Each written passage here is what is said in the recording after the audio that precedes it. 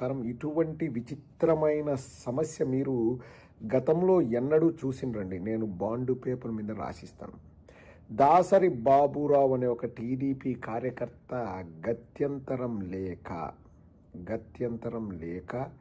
TDP party ఆఫీసులో ఆ TDP కార్యకర్త తనను ఒక టీడీపీ నాయకుడు అంటే దెందలూరు ఎమ్మెల్యే చింతమనేని ప్రభాకర్ అండ చూసుకుని టీడీపీ వాళ్ళు వేధిస్తున్నారని స్వయంగా ఒక టీడీపీ కార్యకర్త టీడీపీ ఆఫీస్లోకి వెళ్ళి అక్కడ ఉన్న టీడీపీ వాళ్ళందరూ చూస్తుండగా ఆత్మహత్యా ప్రయత్నం చేశాడంటే అధికారం టీడీపీ వాళ్ళది, ప్రభుత్వం వాళ్ళ చేతిలో ఉంది, అది టీడీపీ ఆఫీసు. అక్కడ ఒక టీడీపీ వ్యక్తి ఆత్మహత్యా ప్రయత్నం చేశాడు, నాకు న్యాయం జరగట్లేదు, ఈ ప్రభుత్వంలో దౌర్జన్యాలు జరుగుతున్నాయంటే ఇంకా సామాన్యుడి పరిస్థితి ఒక్కసారి ఆలోచించండి. ఆ బాధితుడు దాసరి బాబురావు గారి సతీమణి చెబుతుంటే వ్యవస్థలు ఎలా నడుస్తున్నాయో ఇంతకంటే చక్కటి ఉదాహరణ చెప్పాల్సిన అవసరం లేదు. నేను ఆ విజువల్స్ చూపించలేనండి. సాక్షాత్తు విశ్వవిఖ్యాత నట సార్వభౌముడు నటరత్న పద్మశ్రీ డాక్టర్ నందమూరి తారక రామారావు గారు ఎవరైతే తెలుగుదేశం పార్టీ ఆఫీసు పెట్టారో ఆ మహానుభావుడి విగ్రహం దగ్గరే నేను చనిపోతా అని ఆ వ్యక్తి ఆత్మహత్యా ప్రయత్నం చేశాడు. ఆ వీడియో నేను చూపించలేను. కడు బాధాకరం, కడుపు తరుక్కుపోతుంది. ఆ విషయంపై దాసరి బాబురావు గారి సతీమణి మాట్లాడుతున్నారు, ఒక్కసారి వినండి. నా పేరు దాసరి నాగలక్ష్మి అండి. ఆయన గారి పేరు దాసరి బాబురావు అండి. మేము విజయవాడలో ఉంటున్నామండి. 40 సంవత్సరాల నుంచి దగ్గరగా మేము అక్కడ పొలం కొనుక్కున్నాం. మా అమ్మగారు ఊరండి అది. ఆ పొలం కొనుక్కున్నాం. పొలం కొనుక్కున్నది ఇలా మొదలు పెట్టారండి. ఎత్తుకుపోతున్నారని మేము అడ్డెళ్ళినందుకు మా చేలో మట్టి ఎత్తుకుపోతున్నందుకు అడ్డెళ్ళినందుకు మీరు మళ్ళీ మాకు లీజుకి రాయింది, మాకు సంతకాలు పెట్టండి అంటారండి. మేము ఎలా లీజుకి రాస్తామండి? మా చేను లీజు రాడేమో నేను లీజు రాంచుకోలేదని వెళ్ళిపోయాడండి. మా పైన ఏదో మేము కోర్టులో వేసుకుని ఎలవాలని తిప్పలు పెడదాం అనుకుంటున్నామండి. పార్టీ ఆఫీస్కి వచ్చామండి 3 సార్లు, ఎవరు స్పందించట్లా. ఎంఆర్ఓకి 10 సార్లు కంప్లైంట్ పెట్టామండి, మైనింగ్ వాళ్ళు 10 సార్లు కంప్లైంట్ పెట్టామండి, కలెక్టర్ ఆఫీస్ స్పందనలో పెట్టామండి. ఇక్కడ ఏం జరగట్లేదని నోటీసు రాసేస్తారండి. దెందులూరు పోలీస్ స్టేషన్కి వెళ్ళి మొన్న ఫ్రైడే కంప్లైంట్ ఇచ్చామండి, తీసుకుని పక్కన పెట్టానండి. నేనేం చేయనండి, రామరాజ్యం నడుతుంది, నేనేం చేయను అంటున్నాడండి ఆయన కంప్లైంట్ తీసుకోరండి. ఇది వరకోసారి ఇలా కొట్టారండి, గోతులో తోచేసారండి. అప్పుడు కంప్లైంట్ ఇచ్చినా తీసుకోలేదండి. అలా కారు అడ్డం పెడితే కారు 15 రోజులు ఎక్కడ దాచేసి వదుకుని పడేశారండి. దెందులూరు ఎమ్మెల్యే గారు పట్టించుకోలేదండి. ఎస్పీ ఆఫీస్ కాడికి వెళ్తే అసలు లోనికి వెళ్ళనివ్వరండి, వెళ్ళనివ్వకపోతున్నాను. డీజీ ఆఫీస్కి వెళ్తే ఏమయ్యారు లోనికి రానివ్వట్లేదు ఏంటని అడిగితే మీరు అబద్ధాలు చెప్తున్నారు, నేను లోనికి రానివ్వట్లేదా, ఎవరు పంపించలేదు మిమ్మల్ని, డామ్ డూమ్ అన్నాడు కానీ ఏమీ లేదండి. వాళ్ళు మట్టి తోలు కానివ్వండి, మీరు అడ్డెందుకు వెళ్తున్నారు అంటే ఇంకా మమ్మల్ని అడ్డెందుకు వెళ్తామని అడుగుతున్నారండి. మీరు అడ్డు వెళ్తే అలాగే కొడతారు, ఎందుకు వెళ్తున్నారు మీరు వెళ్ళకోకుండా ఉండొచ్చు కదా అని చెప్తున్నారండి. ఎస్పీ గారు, ఎస్ఐ గారు, సిఐ గారు కూడా ఇదే మాట అండి. ఆవిడ చెప్పిన లిస్ట్ అంతా గుర్తుపెట్టుకోవాలంటేనే మనకు దిమ్మ తిరిగి మైండ్ బ్లాక్ అవుతుంది. అన్ని చోట్లకు వెళ్ళి అర్జీలు పెట్టుకున్నారు, రిక్వెస్ట్లు చేసుకున్నారంట. SP office, DG office Denduluru, police station Denduluru, MLA Spandana party ఆఫీస్కి 3 సార్లు వెళ్ళారంట. ఇలా ప్రతి చోటికి వెళ్తే స్పందన లేదు. అండ్ వీళ్ళ సమస్యను పరిష్కరించబోగా మళ్ళా వాళ్ళు ఏమంటున్నారంట, మా పొలంలో మట్టి ఎందుకు తీసుకెళ్తున్నారంటే తీసుకెళ్ళనివ్వండి మట్టి, మీరు అడ్డం వెళ్తే వాళ్ళు అట్లే చేస్తారు, వాళ్ళు మిమ్మల్ని కొడతారు, మీకేం హక్కు ఉంది? అవును పొలం మీదే కానీ హక్కు వాళ్ళది, తీసుకెళ్ళనివ్వండి అంటే ఏంది?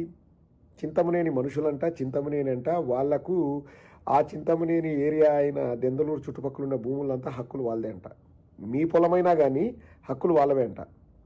వాళ్ళు మీ పొలంలో మట్టి తీసుకెళ్తుంటే అడ్డెళ్ళకూడదంట. అడ్డెళ్తే చెప్పారు కదా, ఇంతకుముందు ఒకసారి తోసేసి కొట్టారంట, కంప్లైంట్ ఇస్తే తీసుకోలేదంట, వాళ్ళ కారును ఎక్కడో 15 రోజులు ఎక్కడో పడేశారంట, 3 సార్లు టీడీపీ ఆఫీస్కి వెళ్తే పట్టించుకోలేదంట. ఒక్కసారి ఆవిడ చెప్పిన మాటల్లో ఎంత డెప్త్ ఉందో మీరు ఆలోచించండి. అంటే ఏ ఆఫీసు కూడా వారు సక్రమంగా వారు పనిచేసే అవకాశం లేదు. ఇక్కడ నేను ఎక్కడా అధికారులను లేకపోతే పోలీసు వాళ్ళని బ్లేమ్ చేయట్లేదండి. ఆ పోలీస్ ఆఫీసర్ అన్నట్టు కదా రామరాజ్యం నడుస్తుంది, మేమేం చేస్తాము అంటే, ఇక్కడ రామరాజ్యము అంటే ఏదో మంచి జరుగుతుందని కాదండి. మంచి జరుగుతుంటే రామరాజ్యంలో లాగా మంచి జరుగుతుంటే వీళ్ళకి, ఈ బాధితులకి న్యాయం జరిగేది. అంటే ఇంకా ఎవరూ ఏమీ చేయలేరు, నిమిత్త మాత్రులము అన్నట్లు ఆ పోలీస్ వాళ్ళ ఉద్దేశం.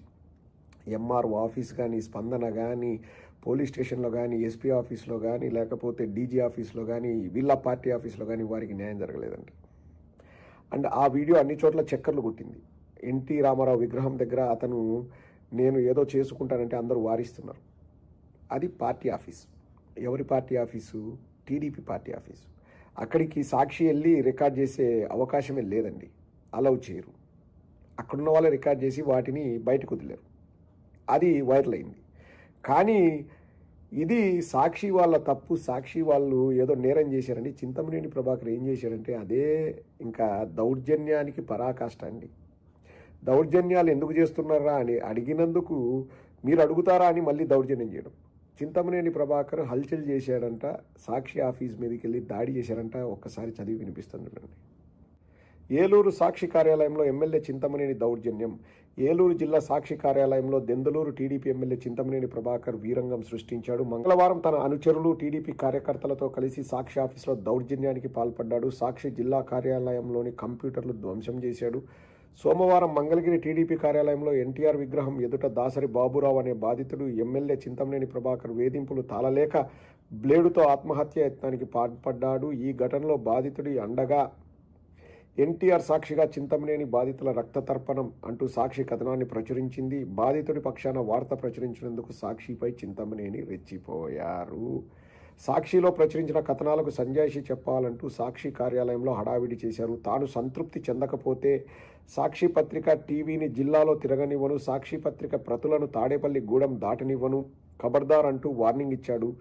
బాధితుడు బాబురావును అసలు చూడలేదని దబాయిస్తూనే బాబురావు వివాదం వివరాలన్నీ చింతమనేని ప్రభాకర్ బయట పెట్టడం గమనార్హం. ఒకటి, బాధితుడిని ఇబ్బంది పెడుతున్నారు.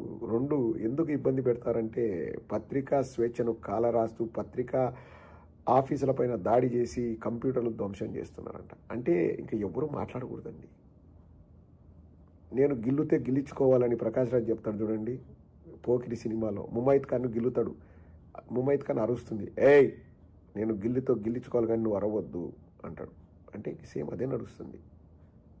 రెడ్ బుక్ రాజ్యాంగం నడుస్తుంది. మేము ఇష్టారీతిన మీ సొంత పొలాలైనా మా అధికారం ఉంది కాబట్టి మేము దౌర్జన్యంగా మట్టిని తీసుకెళ్తాం, అడ్డొస్తే మిమ్మల్ని తోసేస్తాం, మీ కార్లు లేపేస్తాం, మీరు ఎవరికి చెప్పుకున్నా మేము భయపడం.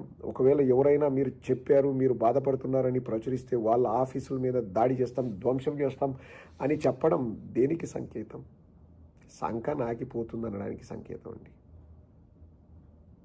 ఇదే రాష్ట్రం, ఇదే ప్రభుత్వం, ఇదే పరిపాలన, ఇదే ప్రభుత్వం ఇలానా చేసేది?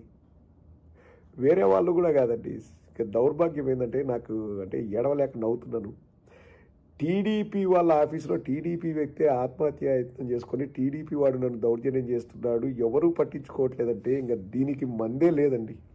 కొన్ని రోగాలకు మందు ఉంటుంది, కొన్ని రోగాలకు మందు ఉండదు. మళ్ళీ ఎలక్షన్స్ రావాలి, ఈ దరిద్రాలన్నీ